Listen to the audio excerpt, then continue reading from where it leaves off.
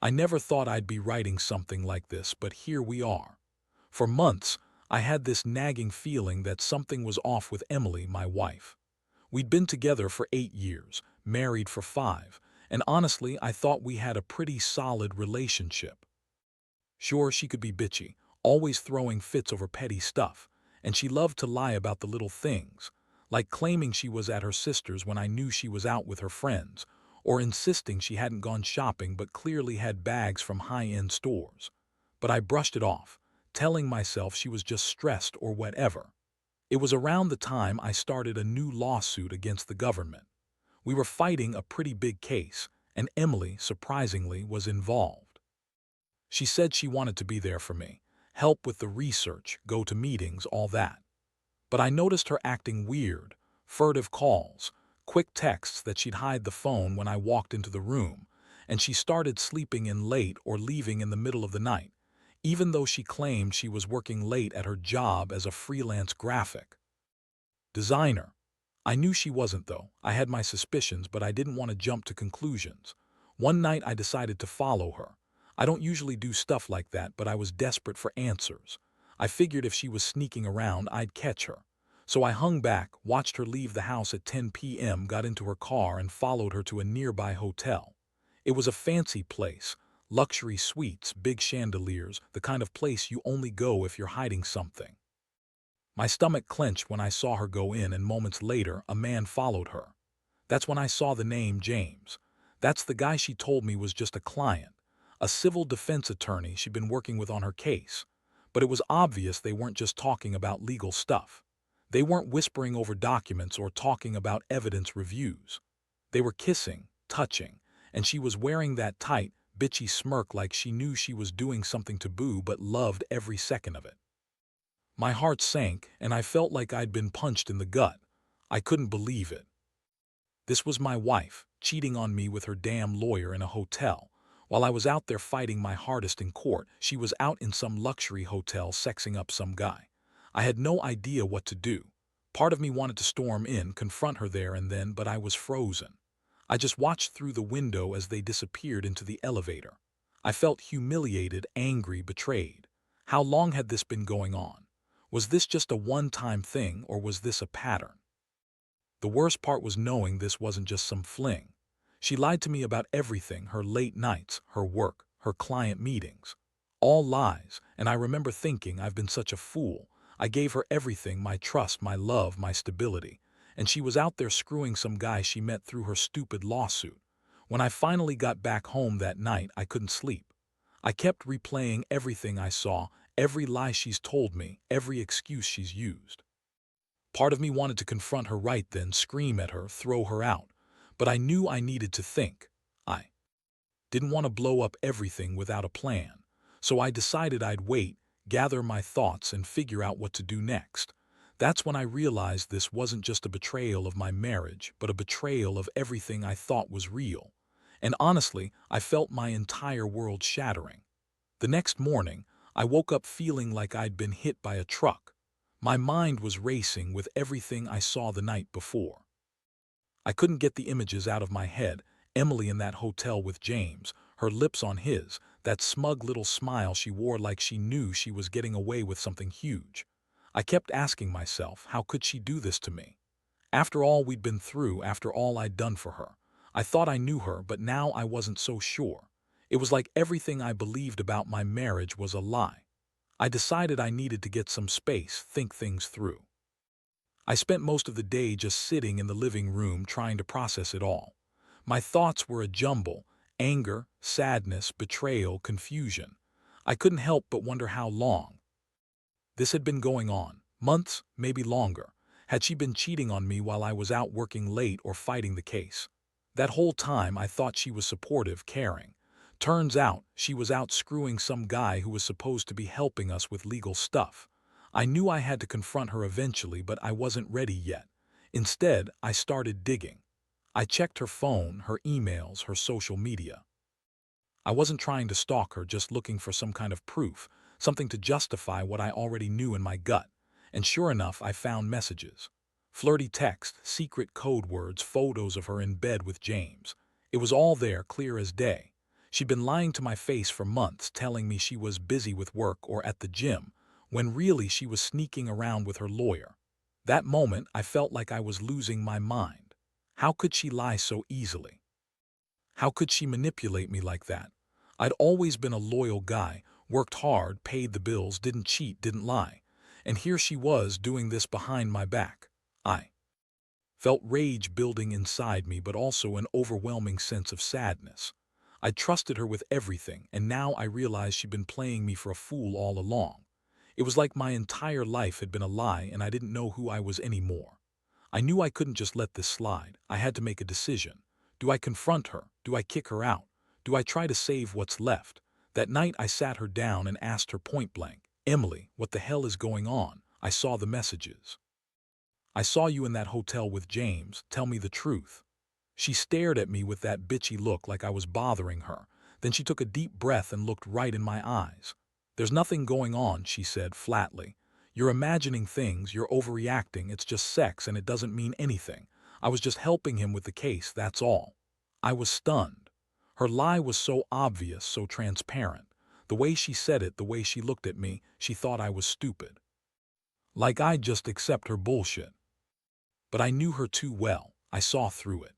I felt the anger boil over, but more than that, I felt a deep personal hurt. How could she be so callous, so manipulative? I wanted to scream at her, to tear her apart, but I kept my cool. Because part of me knew that whatever I did next would define everything. I couldn't let her keep lying, not anymore. I had to decide what I was going to do about this betrayal, about the woman I thought I knew. That night I lay awake again, trying to figure out my next move. I thought about everything, her bitchy attitude, her lies, her cheating. I realized I'd been blind, but I also understood that I couldn't keep pretending everything was okay. I had to face the truth, no matter how much it hurt. I knew I couldn't stay with someone who lied and betrayed me like this. The trust I had was shattered beyond repair. And deep down, I knew I had to plan my revenge, but I wasn't sure what that looked like yet. All I knew was that my world had turned upside down, and I was standing in the ruins of what I once thought was a happy marriage. Over the next few days, I kept replaying everything I saw and read in her messages. The more I thought about it, the clearer it became that Emily had been planning this for a while. The way she acted so dismissive when I confronted her, like I was the one in the wrong, she knew exactly what she was doing. She'd been lying her ass off for months, probably since the beginning of the lawsuit. It made me sick to my stomach. I felt like I'd been played for a fool on a level I never saw coming. I started noticing more things. Her phone was always glued to her hand, and she was quick to hide it if I came near. She'd take calls in the bathroom, whispering and giggling like a damn teenager.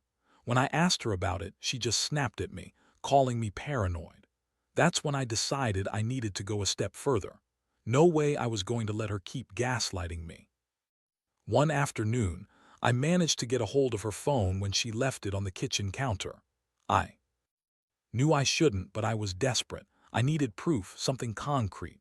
I slipped her passcode, which I'd noticed was her birthday, and started digging. Her messages with James were there, flirty, explicit, full of promises and even plans to meet again. I found pictures, too, of her in bed with him, her legs wrapped around his waist, her lips pressed to his neck. I felt a punch of rage hit me so hard I almost doubled over. That was it. She was gone from my life if she thought she could keep this up. I kept quiet about what I found, but I made a plan. I needed to confront her again, but this time with everything laid out. I didn't want her denying it anymore. I wanted her to face the reality that I knew the truth. That night, I told her I needed to talk, and I laid all the evidence out in front of her on the dining table. Her face turned white, and her bitchy attitude disappeared for a moment. Then she looked at me, snarling, "You're crazy. I don't know what you think you saw, but you're imagining things. I love you and I would never do anything to hurt you." I just looked at her, shaking my head. "Stop lying, Emily. I saw the messages, I saw the pictures. I saw you in that hotel with James. How long has this been going on?" She tried to deny it, but I could see the cracks in her facade. Her stories started slipping, contradicting what I had uncovered. I was furious, but I also felt a strange mixture of sadness and disappointment. My wife, the woman I trusted, was cheating on me with her lawyer, someone she was supposed to be working with on the case, someone who was supposed to be helping us. That night, I couldn't sleep again. My mind was racing with thoughts of revenge, of how I could make her pay for what she'd done. I was hurt, yes, but I also felt a burning desire to make her regret ever crossing me. I knew I couldn't just walk away from this, not without making her understand the extent of her betrayal. I started researching legal ways to expose her, ways to ruin her reputation, but I also knew that I didn't want her to get away with it completely. I wanted her to feel the pain, to suffer the same way I was suffering now. I decided I'd keep her close for a little while longer, gather all the evidence I could, and then unleash everything in one big, devastating blow. I wanted her to see that I wasn't just some naive husband who'd been played. No, I was a man who knew the truth, and I'd make sure she paid. The emotional fallout was intense. I felt rage, heartbreak, betrayal, and a strange sense of clarity.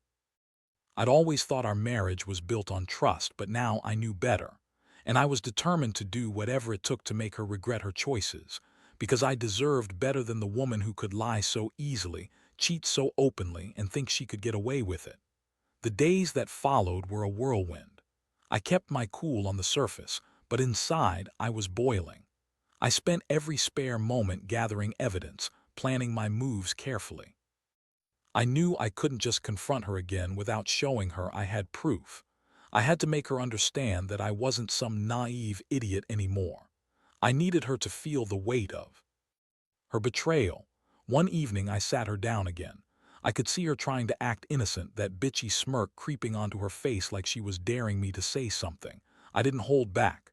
I laid the phone out on the table, pushed the photos and messages toward her, and looked her in the eyes. "Look at this, Emily. I know everything. The hotel, James, the sex. You think you can lie your way out of this. How long have you been screwing him?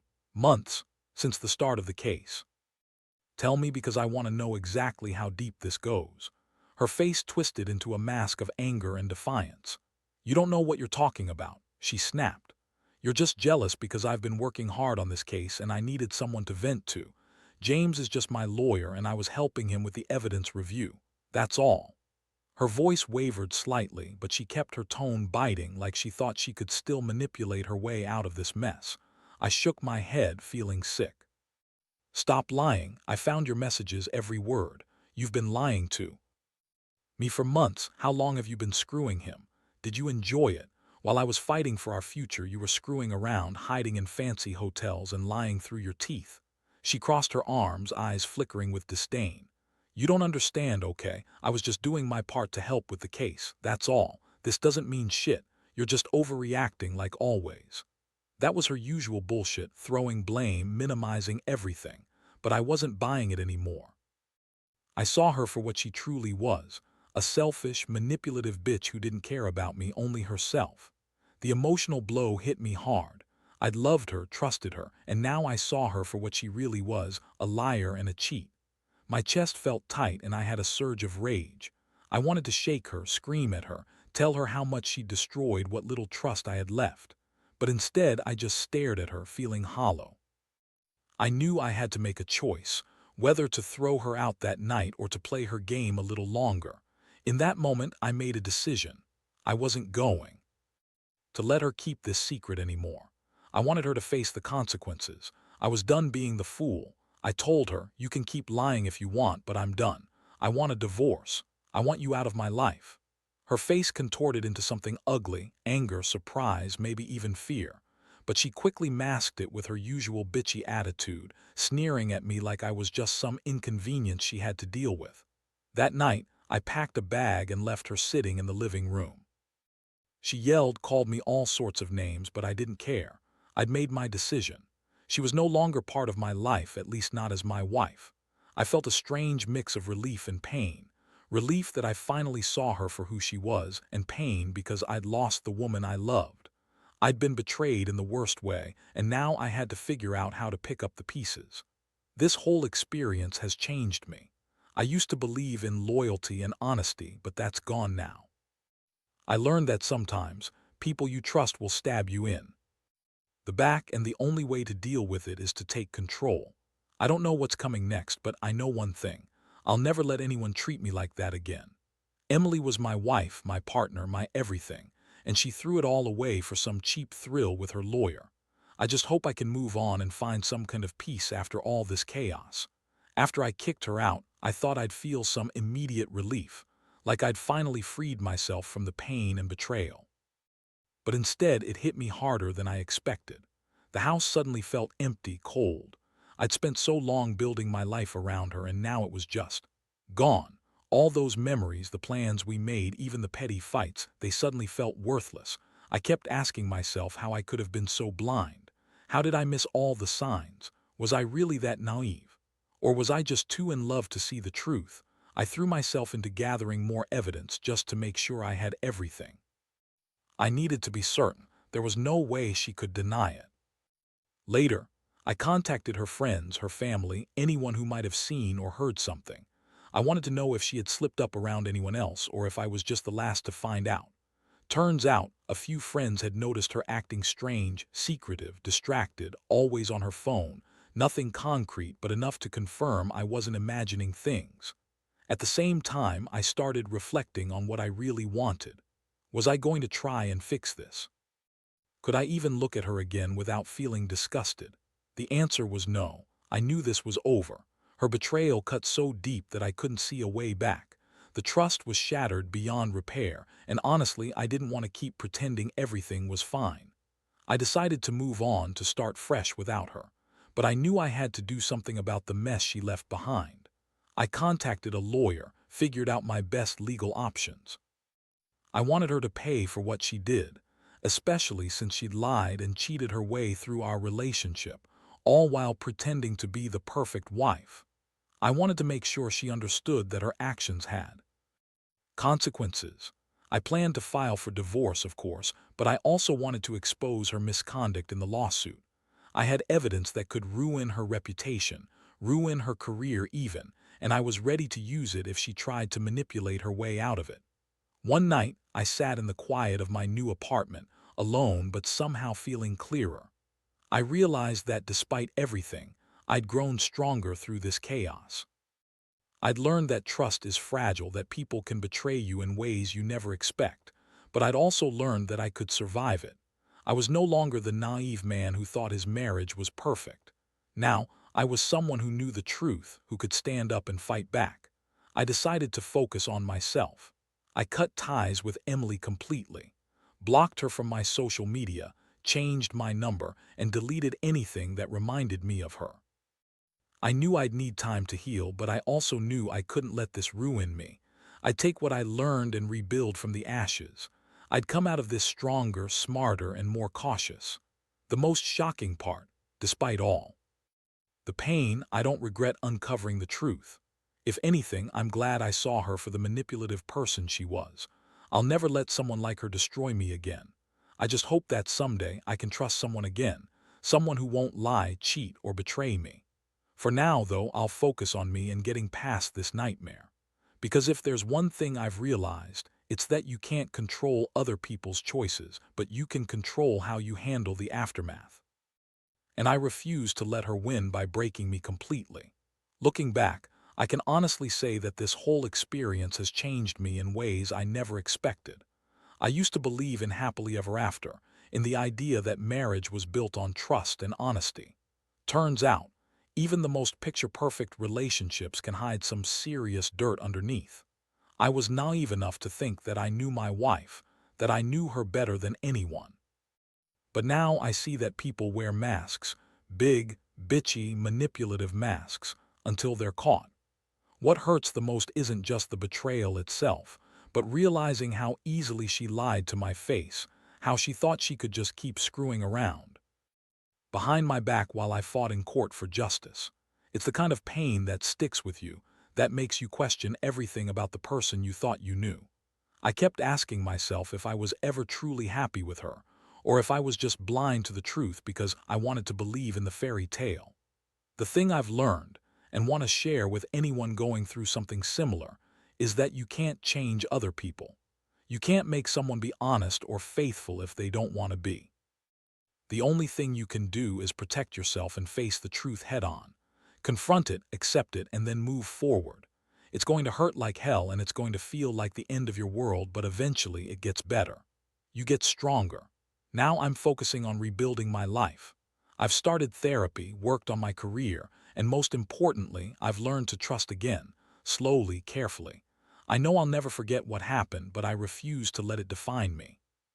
That bitchy, manipulative woman who lied and cheated, she's history. I'm not perfect. I still have moments of anger and bitterness, but I'm learning to let go of the hate, to forgive myself for staying as long as I did, and to move on. If there's one thing I want others to take from this, it's that no matter how much you love someone, if they betray you like this, you've got to take control. You've got to stand tall, face the pain, and let it teach you. Because in the end, the only way to reclaim your life is to own it, without the lies, without the betrayal, without the bullshit. And I know I'll be okay. I have to be. Because the greatest revenge isn't in making her suffer. It's in proving to myself that I can survive this and come out stronger on the other side.